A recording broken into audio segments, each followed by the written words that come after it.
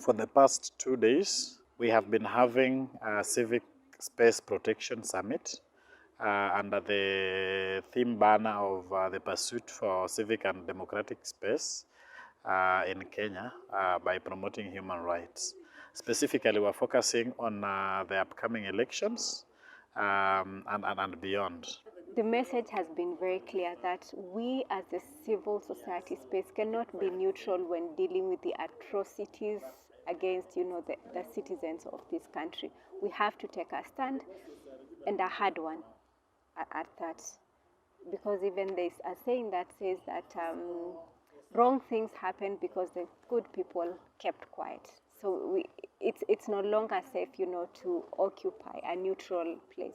So yes, we need to speak up, and we need to be civil and professional as we do that. But a firm stand, then that we must do. From these 2 days have been specifically on the sub-themes. I'll start with the issue of digital space.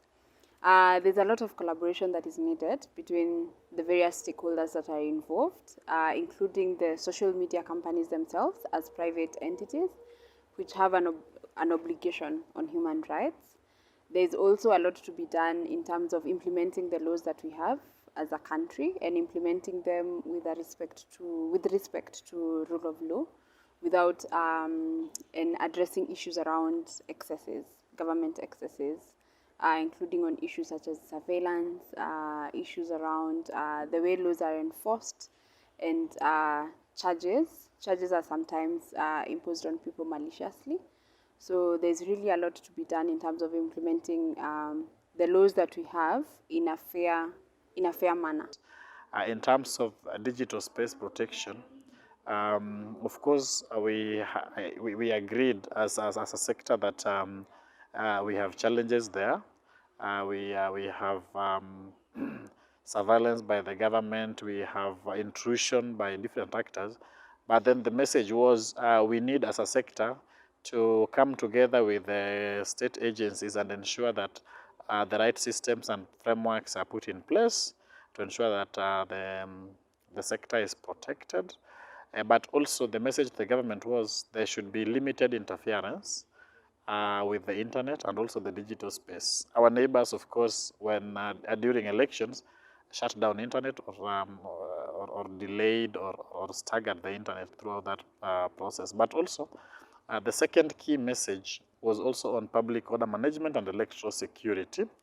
And the message there was that the IEBC, the security agencies, really needed to tighten the noose to ensure that the key security agents that are being sent to guard the polls are people that have gotten the right training, have been trained on human rights handling of citizens, so that they do not interfere with peaceful protests, with the right to access information as people head towards elections. Such summits are very important because we come to first reinforce, bring together to the same platform what each person has been trying to do in their own small ways, consolidate it and make it a powerful movement. And also it's an important space because in these spaces then we get to inform the citizens on what exactly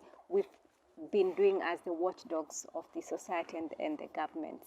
It is important to have such forums because they facilitate conversations, they facilitate consultations amongst key stakeholders, especially at a point most of these fundamental freedoms are under threat or are the focus during election period, because at that time there's a lot going on and people want to express themselves.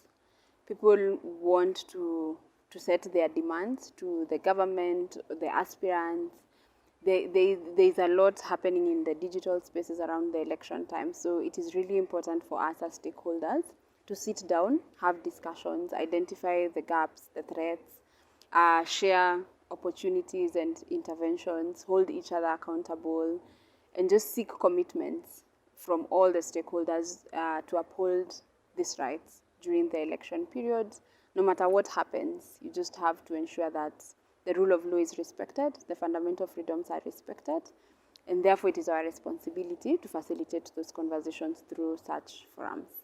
My expectation, and it's the expectations of most CSOs from the next government on safeguarding and protecting the civil space, it's two things. First, it's the goodwill.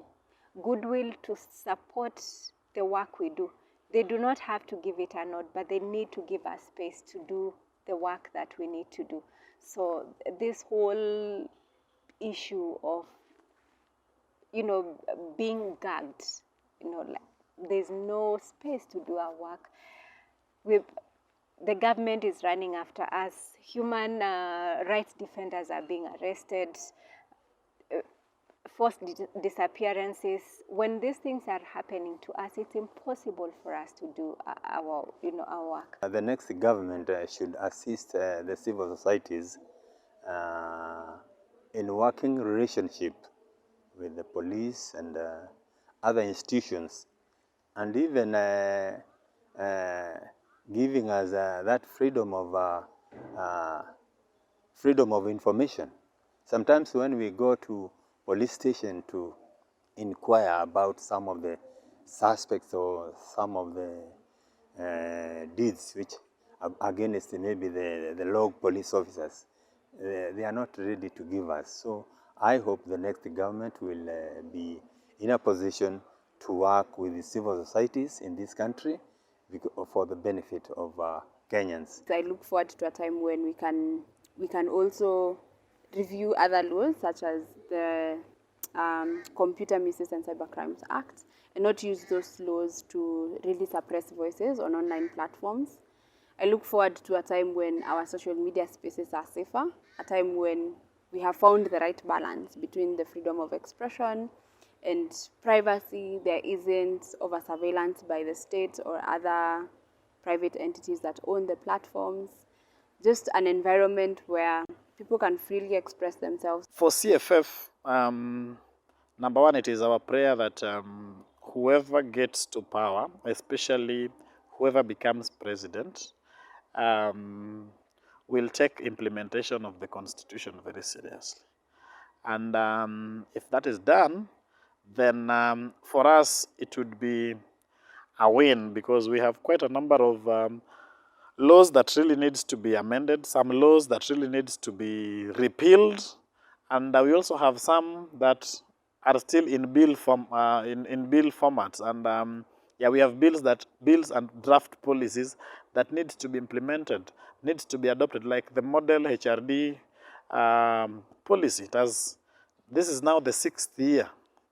Let me just say the 7th year. I mean, it has not been adopted. So